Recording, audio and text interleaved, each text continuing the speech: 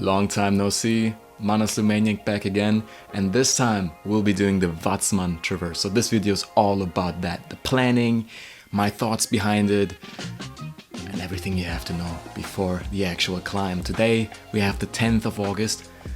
My journey will start on the 12th, but further to that down the line. First of all, this purpose of the video is to kind of bring you closer, the human behind this channel, which is me, Fabio. You guys can be more of a judge of my character because you guys see me mainly in extreme situations like in the mountains, which is fair enough. I do mountaineering content, so of course you can only see that, but I want to be more than that. I actually want to be the person behind it as well, and it's not, at least in my opinion, not just fair if you only see me in extreme situations and then judge me based off that, which makes sense, but I want to bring you guys closer to the person that I am. Because at the end of the day, like I said, I'm not just Manas the Maniac, I'm also Fabio. First of all, how will I be getting there? The plan is to go with the Deutschland ticket, or for you international guys that don't know what that is, basically only regional trains. No bullet trains, no nothing, just regional trains, for example, from Köln to Mainz. Yeah, regional trains. I don't know how long they are, 100 kilometers maybe, maximum. So I'll be having to change trains a lot, probably around 5-6 times in total. Why am I doing this? I'm a cheapskate, first of all. But second of all, this camera that I'm also recording with right now cost me a leg and an arm. Okay, so I gotta save where I can, and you will see this along this trip as well. I'm saving money, but if it will be the right decision in the end, you guys will see that somehow I'll be going from Köln to Munich, from Munich, one station before Salzburg, Freilassing in fact, and then from there with the S-Bahn to Berchtesgaden, where I've been before. I've climbed the mountain there before, so happy to be back. And it will take around probably a minimum of 16 hours because the journey will start at 4 a.m. and I'll be there at around 20. So it will take me the whole day. It's not my first bout with the same way with the DB, so I will survive those 16, 18 hours. But then, let's say I made it to the mountain, okay? I'm there with the extra steps. It's Wednesday night. I'll search for a place to sleep there, but probably, most likely, I'll search for one before. You guys will see that in the vlog as well. Then, what I will do is I will sleep somewhere there in the wilderness, most likely. All I know is it will be for free. That's what I know, okay? I did that before as well, wild camping. Did I do it or did I not do it? I'll leave it to your interpretation. In Austria it's illegal. That's all I know, okay? But yeah, so I'll be doing that, sleeping somewhere, and then I'll take the Wednesday up to rest probably, or maybe small minor hikes in the area, and then on Thursday to Friday night, or like at Friday at like 1 a.m. or something, the hike will start to the Hochegg over the Watzmann house. I would have gone to the Watzmann house, but it's booked out, so it's been booked out for a long time. When I did that, the real shit starts, because from what I've seen, the way to the Hochegg is easy. Nothing is easy. You have to respect the mountain. Even the easiest mountains are still mountains at the end of the day. But I will say it will get harder along the route, especially after the Südspitze, or in between the Südspitze and the Mittelspitze. From what I've seen, you gotta be locked in for that one. That's why I'm taking this extra day of rest, because initially I wanted to just go hard at it and then go there 16 hours, and then the same night I'm gonna summit the mountain, or at least try to. But after consulting with friends, I thought it was a bit foolish and just not right, because I'm alone and I have to be sharp in my mind. I have to be sharp. If not, if I make one mistake, nobody can help me. So I gotta mitigate the risk at least. I know it's risky what I'm doing, but I gotta mitigate it to the best of my ability. So I'm taking the extra rest and then doing the traverse. Like I said, over the Watzmann house, Hochegg, Mittelspitze, Südspitze, and then back down to the parking lot. And now some of you might be asking, what kind of equipment will you be taking with you?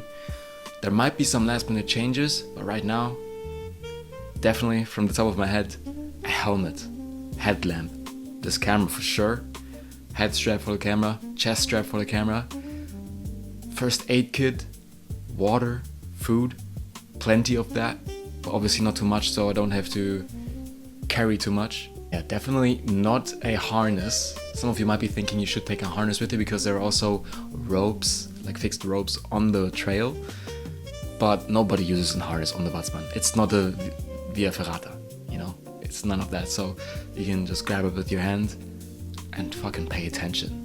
I'm well aware of the risks, and I'm neither thinking I'm this amazing mountaineer that can look face in the eye and survive somehow.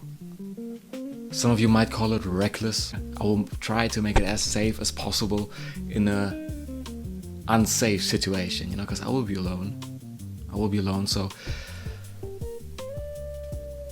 that's already a tremendous amount of risks I'm willing to take, but obviously with that you don't have to be stupid as well, you know, so I'll be doing that. But I also don't want to overhype it too much. I don't want to be like, oh, look at me, I'm this brave person, which I might be, I might not be, but I also don't want to over dramatize stuff. But I also want to convey the magnitude of what I think I'm doing. Maybe for some others, I saw people are on the Watzmann 50 times and then they're alone on there. I'm going on there for the first time. Okay? And I'm still 22 and I'm still learning. So this for me is really a big challenge. But I think I can take it. Or I know it. Well, I mean, I guess you can never know for sure. You can never know for sure unless you did it. You know what I mean? Then you have the evidence that you can do it. So now it's the time to gather that evidence. Also, I want to strongly emphasize that I'm not ashamed to turn back if anything happens. If I see I'm not up to the task, I will turn around, because that's what separates between a great mountaineer and just a kid who won't become any great mountaineer because the kid will die before that. Actually, once I'm committed to the climb, you can't just turn around. There's no exit point there. So at some point when you're at the Mittelspitze, for example, and then you decide to go to the Südspitze, you're not going to turn around. Let's be real, you're not going to turn around. It's not even smart to do that. So we'll be there. I don't want to drag this video on for too long, but I hope everything goes according to plan. I pray for it every day. I'll come back safe. That's first and foremost. Like I said, that's the main priority all the time. The mountain will be there on another day as well. But I'll be ambitious about it. Nobody can take that away from me. That's the Manaslu way, but this time more responsibly, not like on the zealous, as you guys remember.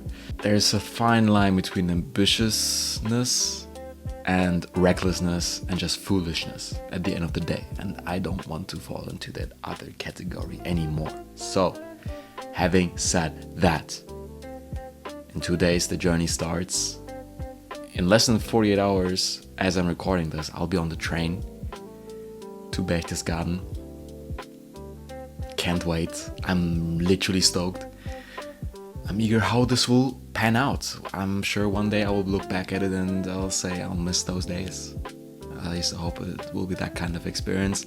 Let's hope it won't end up in complete disarray, complete carnage like on the Zugspitze.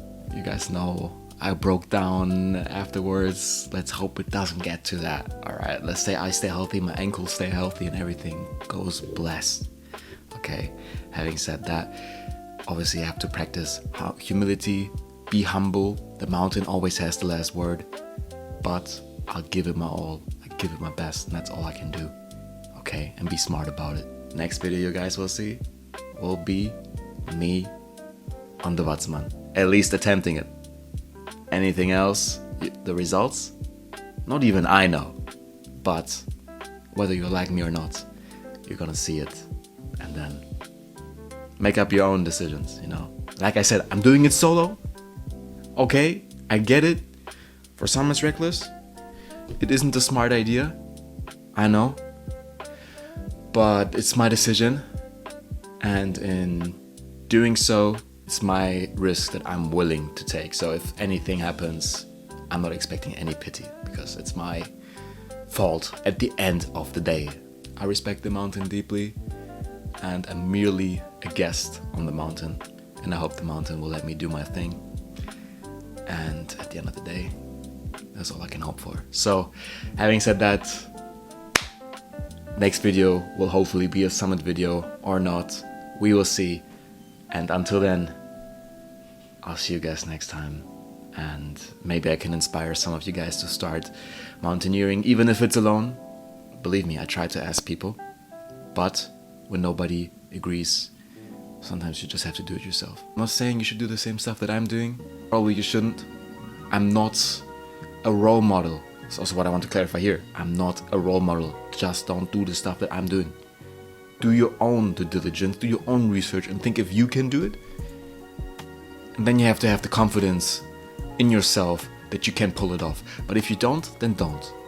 Probably you shouldn't. It's not a smart idea to go alone. It's not. At the end of the day, it's not, but it's, like I said, you make decisions in life, and then you have to deal with the consequences. And then it's all on you. And it will be all on me in 2-3 days, so stay tuned for that. And until then, I'll see you guys next time.